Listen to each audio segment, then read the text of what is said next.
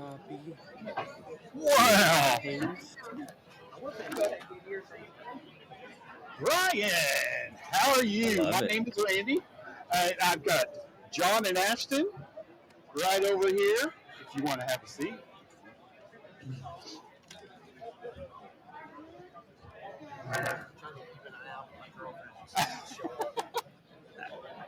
You want me to give you a warning? What's that? A time warning? Yes, please. So, takes two. Okay. I'll flash the shotgun.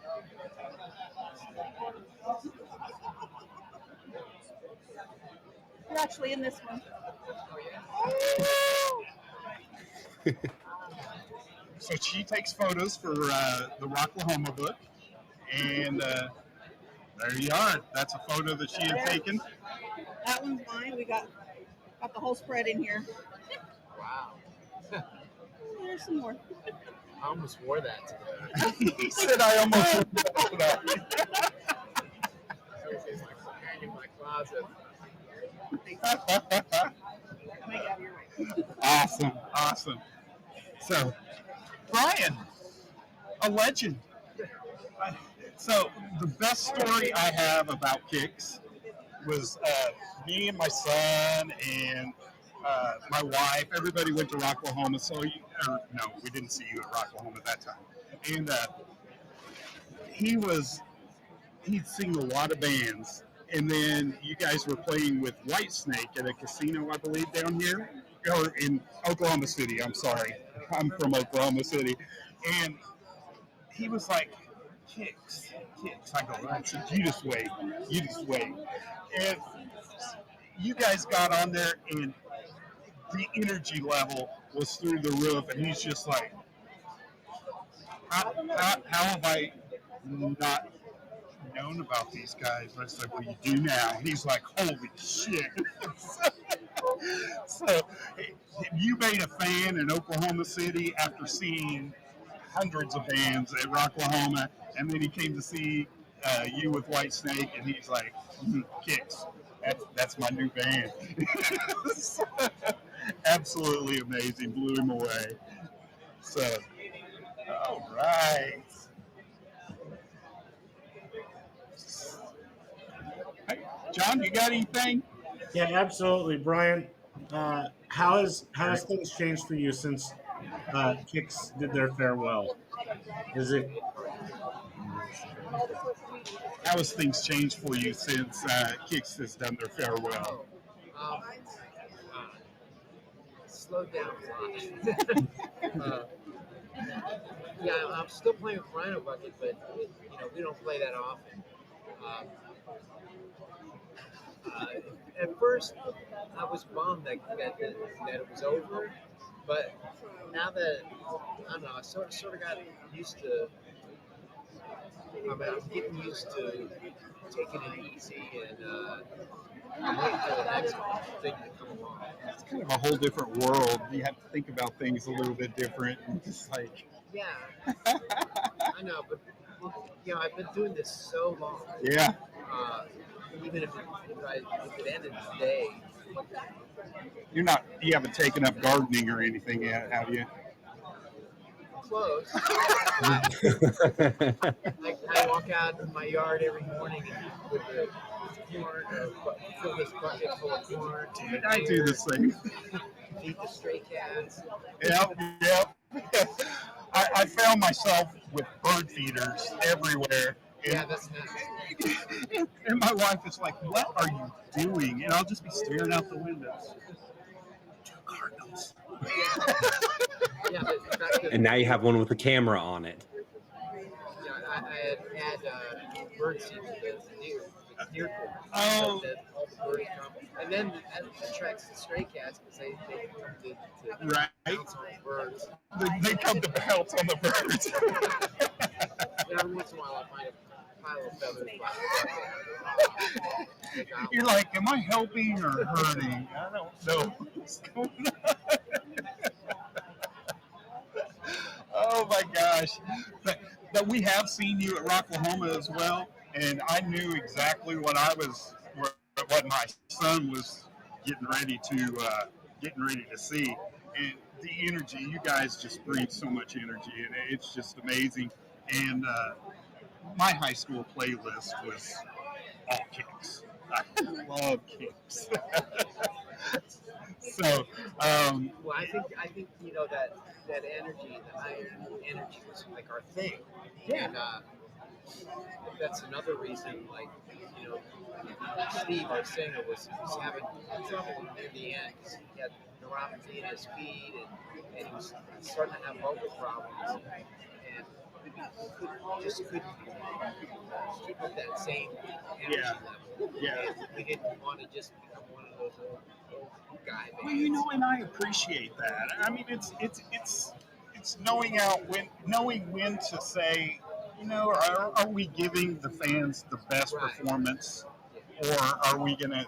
I'm not gonna throw out other bands that are still doing it right now that probably should not. Yeah, there's a, But you guys were still on top of your game. yeah, that's why it And was a good time. it was perfect.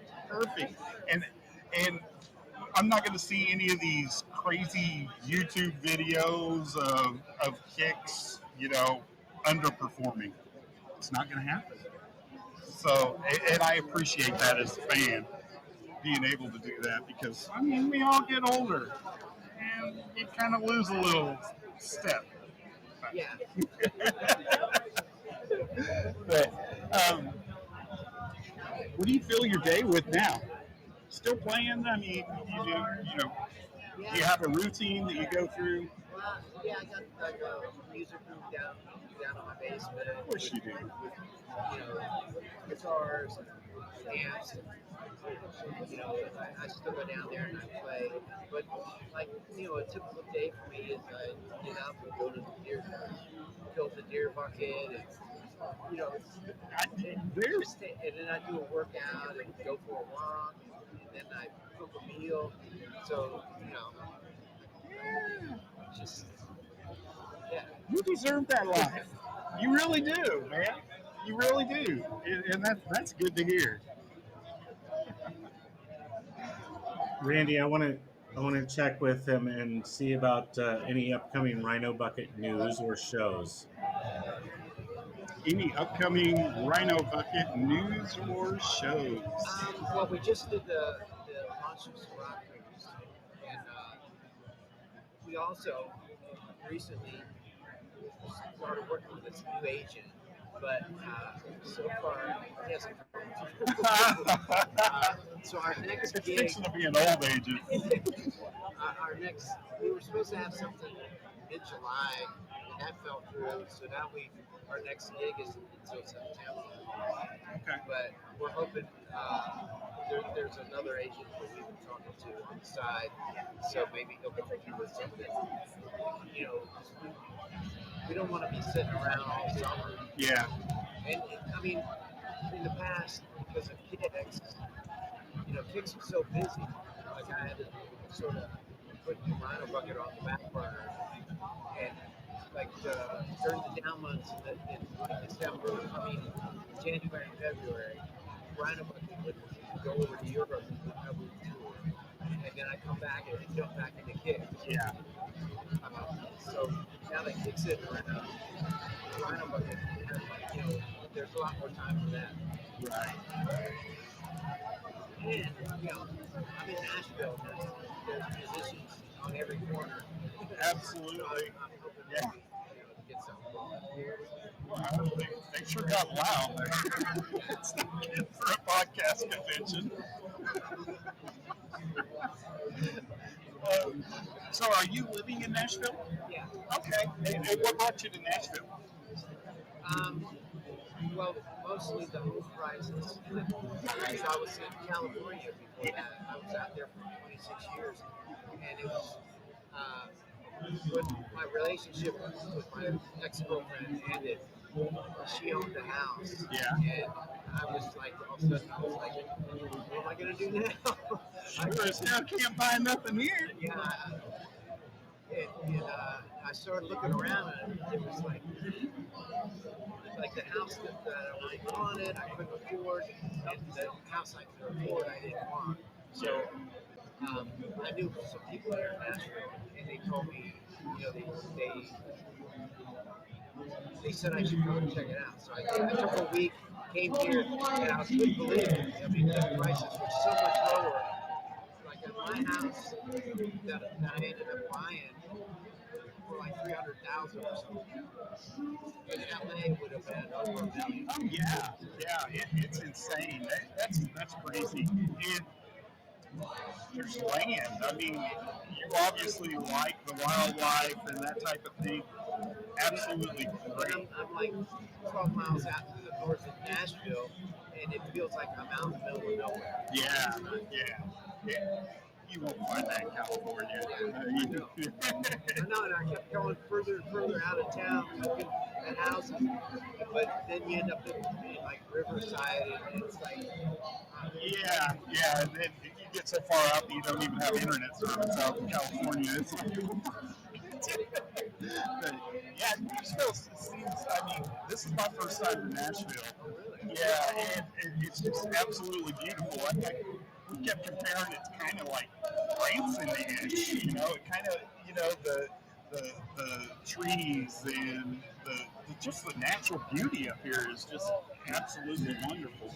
So, and with the housing prices, and not to mention all the musicians that are around here. That was the thing that not only could I afford a house here, the music scene was really happening.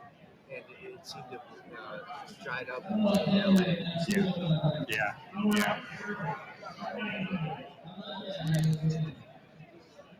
But yeah, it's kind of like there's so many musicians up here, rock musicians, that I had no idea. You think Nashville, you think all country, but that's not it anymore. And everybody is transplanted to Nashville, and I absolutely love how diverse this city is. And you can go and see anything you want at any given time, and it's absolutely amazing. And the musicians that are around here, the studios. There's lots of studios up here. I mean, just I know. I keep discovering, like every time I use my Waze app to get around, and it'll take me some obscure route, and I'll go down the street and I'll start looking around and like studios, yep, and publishing companies, and there's just everywhere. This is definitely the place to be. So, especially, I mean, if you're still into the music, or if you're just trying to retire, it's a great place to be. I think you made a very good decision. Also, the last few years I've checked out the Nashville Guitar Show, and you go there, and it's just like you see, like everywhere you look, you see somebody like Vince Gill and Brad Paisley, like just walking around. Just that's awesome, and Gibson has their shops down here, and that type. It's just, this is the place to be. So I envy you. I really do. Oh my goodness, John, do you have anything else for Brian? Yeah, I put a question into the private chat so you could read it to him, because I know we're having a hard time hearing. Yeah, there's a lot of background noise. Yeah, it's so loud. I was just saying my hearing's still good. Somebody asked me about that. After all the years of playing and touring, what band did you have the most fun with on tour?